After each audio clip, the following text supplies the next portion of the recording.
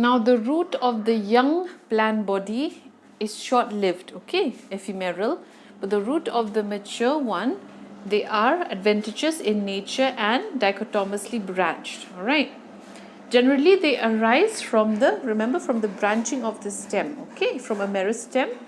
Meristematic cells, remember, those cells which have the capacity to divide into a completely new individual, okay.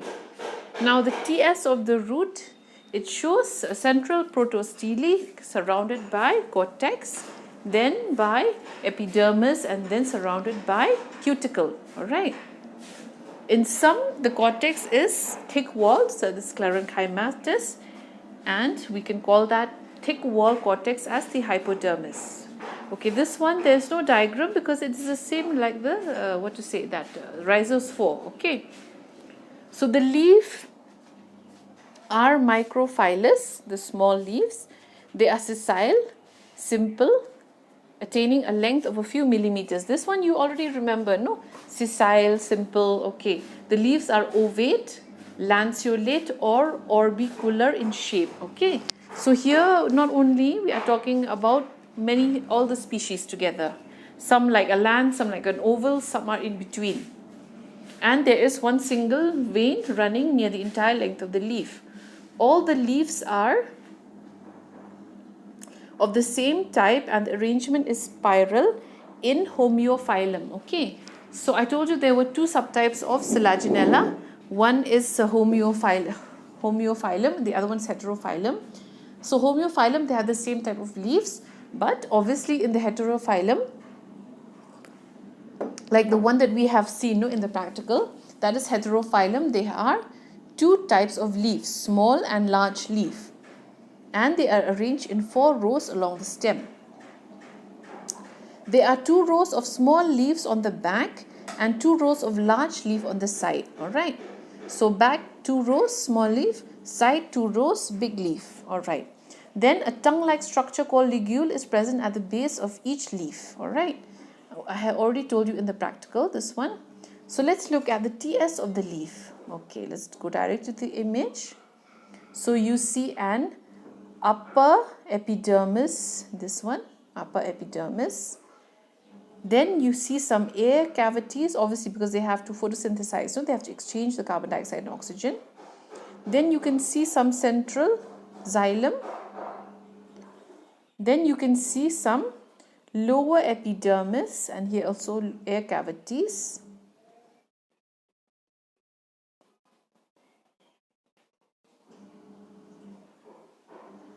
Okay, so this one is the vascular bundle. Okay, we cannot make out. Now let's look at what they have written. So we can see upper epidermis and lower epidermis. Then we can see the mesophyll tissues, the stele and the stomata. The cell of the upper and lower epidermal layer is similar. Okay. But there is one species like S. martensi where the upper epidermis has cone-like cells and the lower epidermis have small cells. Okay. Some species, they will develop small hairs coming out from the epidermis. Okay, hairs. Then the mesophyll is composed of parenchyma cells with lots of intercellular spaces and are soft. Okay. The mesophyll tissue, they are the 2 types. This is the palisade and the spongy parenchyma layer. Okay. Or sometimes the entire mesophyll looks like a reticulation of lacunate parenchyma cells. So these are the types of mesophyll cells.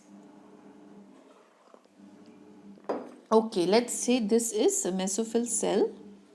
There are 2 types, 1 and 2.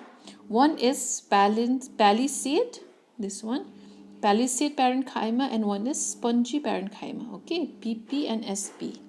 So these are the 2 types of cells. Okay. So mesophyll cell, it has to have obviously chloroplasts because they are in the leaves. So they will contain 1 to 8 cups shaped chloroplasts, and it will have many pyrenoids. Okay. The pyrenoid is an organelle. So the stomata are present on the lower surface, but some they have on both surface. Amphistomatic means in both surface.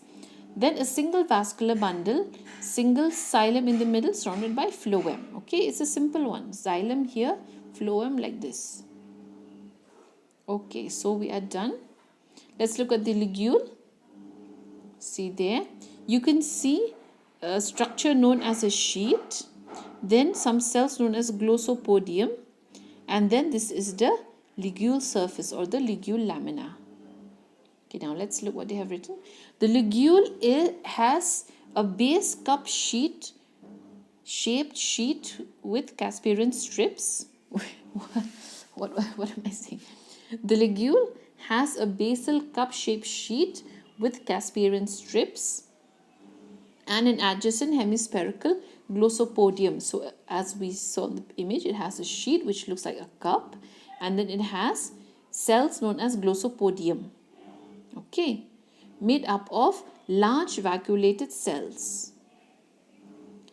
The remaining cells are more or less cubical in shape. Okay, the terminal end of the ligule is thin. Well, obviously it has to be, it's a small point, ends in a point, and single layered. Okay, the basal portion of the ligule is sunken into the tissues of the leaf. Okay, so what is the function of this ligule? Okay, it acts as a water absorbing structure which keeps the young leaf and the sporangium moist during their early development. Okay, because spores, remember.